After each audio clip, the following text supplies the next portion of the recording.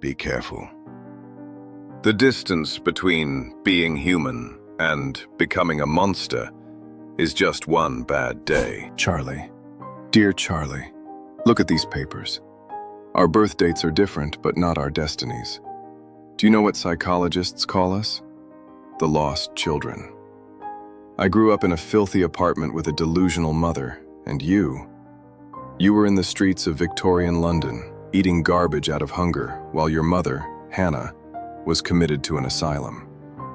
My question is, old man, when the world slaps a child in the face for the first time, what should that child do? I realized that slap wasn't accidental. That slap was the true nature of the world. The world is a sewer they threw us into and locked the door. Why do you try to pretend you don't smell the stench? I smell the stench, Joker, perhaps more than anyone else. When I was 7 years old working in the workhouse, I learned that the cold penetrates to the bone. But let me tell you a secret not written in your psychology books. Psychologists have a term called post-traumatic growth. It means pain doesn't necessarily break you, it can expand you. I decided to turn that poverty into comedy. That tramp you see, those baggy trousers and worn-out shoes, they aren't a clown's costume, they are my armor. I didn't deny the pain, I decorated it to make it bearable. The difference between us is this. You stayed in the well and embraced the darkness. I climbed out of the well to lower a rope for others. A rope? You don't give them a rope. You give them a delusion. You've become a puppet of the very system that drove your mother mad. This isn't growth, Charlie. This is foolish adaptation. Alan Moore wrote a great truth. All it takes is one bad day to reduce the sanest man alive to lunacy. We both had that bad day. I just had the courage to admit I went mad. But you? You're still trying to play by the rules of a world that crushed you. Do you think that ridiculous walk can erase your past? You are no hero. You are just a victim who learned how to make his master laugh to get beaten less. You are mistaken. I don't laugh for the masters. I laugh for the worker who has no money for food after 12 hours of labor in the factory. In modern times, I showed how man gets crushed between the gears of industry. I mocked the system. I didn't serve it. You think madness means freedom? No, Joker. Madness means surrendering. You surrendered to the darkness. You became the very monster you feared.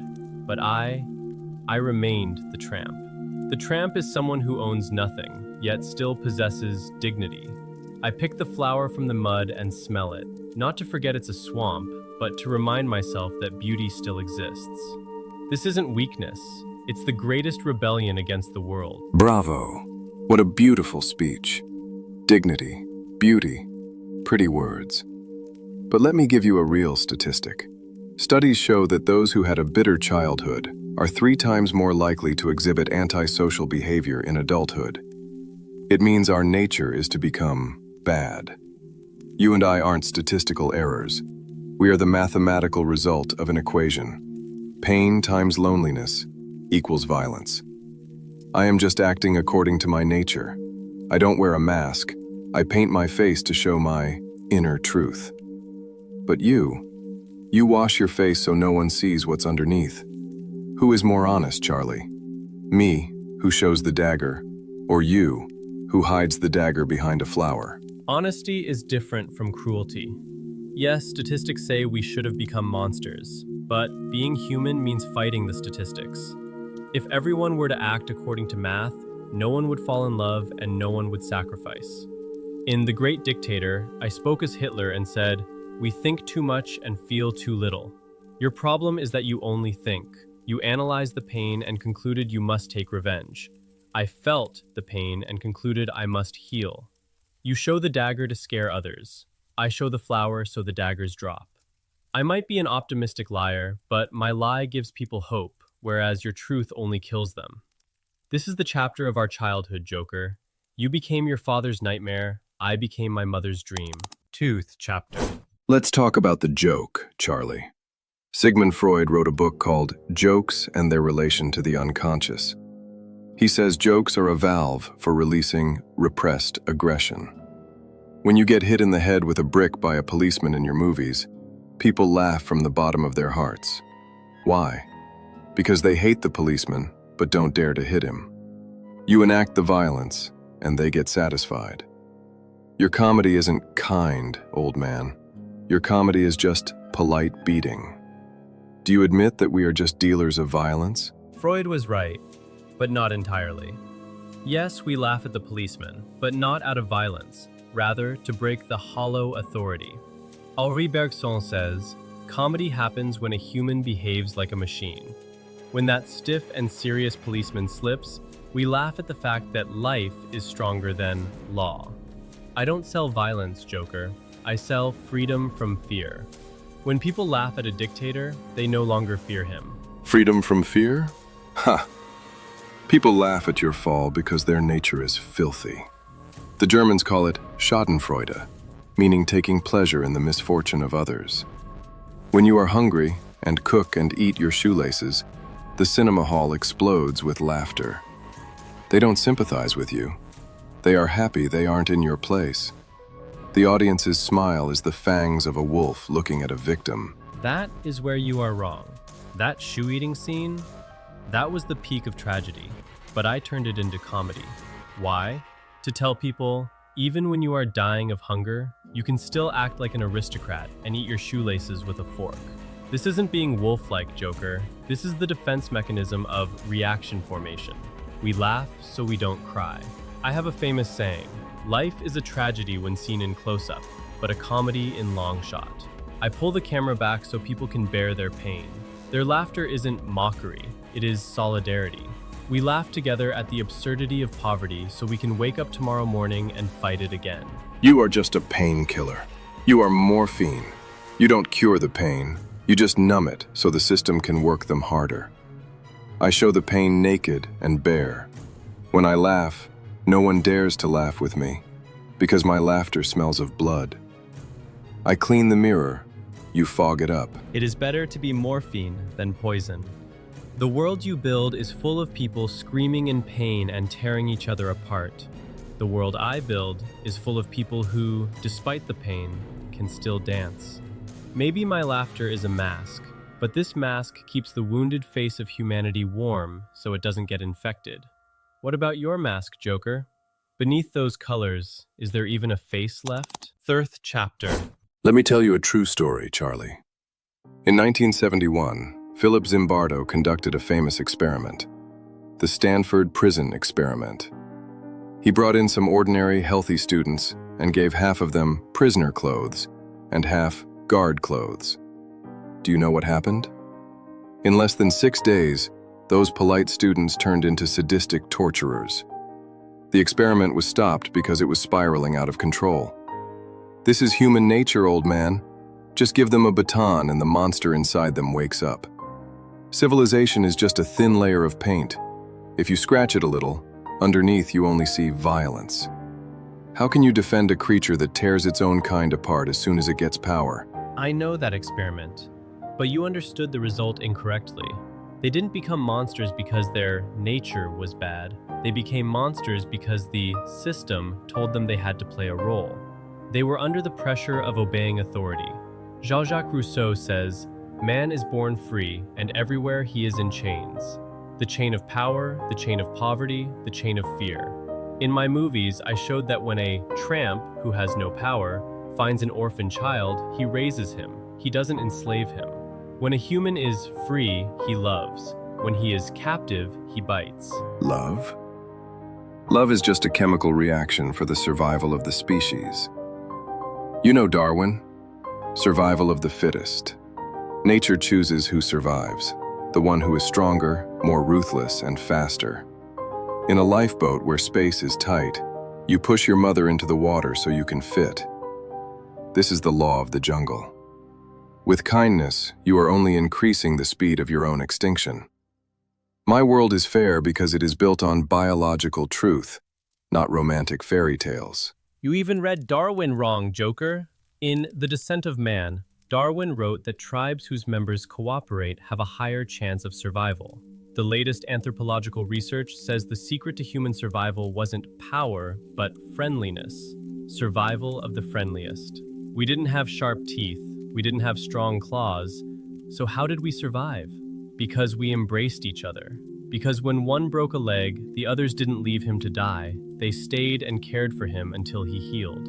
Margaret Mead says, "The first sign of civilization is a healed femur." It means civilization started where we put aside cruelty and chose care. You think being a wolf is a sign of strength? No. Being alone is a sign of weakness. You are weak, Joker, because you are alone. Healed bone. Cute. But let me take you to a dark alley in Gotham. When a thief puts a knife to your throat, that healed bone won't help you. There, only fear rules. I have a prisoner's dilemma for you. If two people are arrested and told they will be freed if they betray their friend, most people will sell out their friend. It's mathematics, Charlie. Trust equals death. Mathematics is correct on paper, but turns out wrong in the human heart. In the World War, there were soldiers who threw themselves on grenades so their friends would survive. No mathematical formula can explain sacrifice.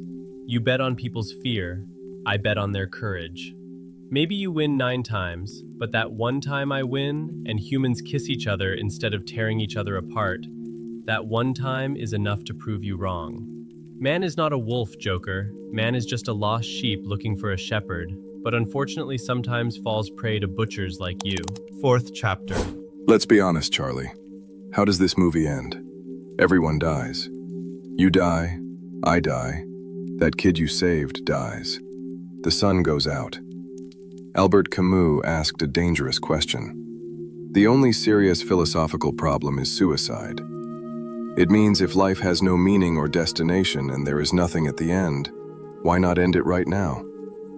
Why do we keep pushing the rock up like Sisyphus, only for it to fall back down? I found the answer. We shouldn't push the rock up. We should let the rock go so it falls on the heads of the gods. I accepted the absurdity. When nothing matters, then I am free to do anything. Why struggle so much when you are drowning? Camus said we must imagine Sisyphus happy. But I have a better answer. Viktor Frankl, a Jewish psychologist who was in the Nazi crematoriums, wrote, "He who has a why to live can bear almost any how." In that hell, those who survived were waiting to see their child again, or wanted to finish their book. Life doesn't have meaning, Joker. It is we who give it meaning. Yes, the end is death, but music ends in silence too. Should we not play it just because the music ends? The beauty of life is exactly in its impermanence. I dance because I know the final curtain will fall, and I want to have illuminated the stage before the darkness comes. Illuminated? You are lighting a candle on the Titanic. Physics has a law called entropy. It means the universe always moves towards disorder and chaos.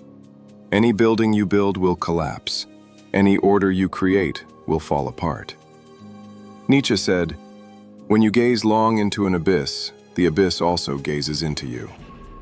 I looked into the abyss and saw there is nothing down there. No justice, no God, no reward. Just darkness. I am only accelerating the process. I am the agent of entropy. Your attempt to build hope is like building a sandcastle in front of a tsunami. It's foolish. Maybe I am building a sandcastle, but that moment a child looks at that castle and smiles, that moment is more valuable than your entire dark eternity. You looked into the abyss and got scared, so you threw yourself down to get it over with. But I stood on the edge of the abyss and walked the tightrope. Life takes courage, Joker. Destroying is easy. Any madman can set fire to a building. But building, planting, falling in love, that is the work of heroes. You think you are free, but you have become a prisoner of your own emptiness. You cannot create, you can only destroy. And that is the saddest kind of life. It's tiring, Charlie. Being good is so tiring. Carrying all this weight on your shoulders. Doesn't your back break? Look, I offer you the easy way. Just once. Just once. Let go. Let the world burn and get warm. Why should you fight for people who won't even remember your name? Come to this side of the table. Here there are no laws, no pain, just laughter. My back hurts, Joker. my feet are blistered, and my heart is in 1,000 pieces. But this is my burden of trust. Dostoevsky said, "There is only one thing that I dread, not to be worthy of my sufferings." I chose this suffering because it keeps me human. Your way is easy, but it is the way of stones, the way of objects. I prefer to be crushed under the weight of sorrow than to be light and hollow like you. You think I am a comedian putting on an act? No. I am a tragedy that decided to laugh so others wouldn't be afraid. Goodbye, Joker. I hope one day you cry too, because crying is the first sign of healing.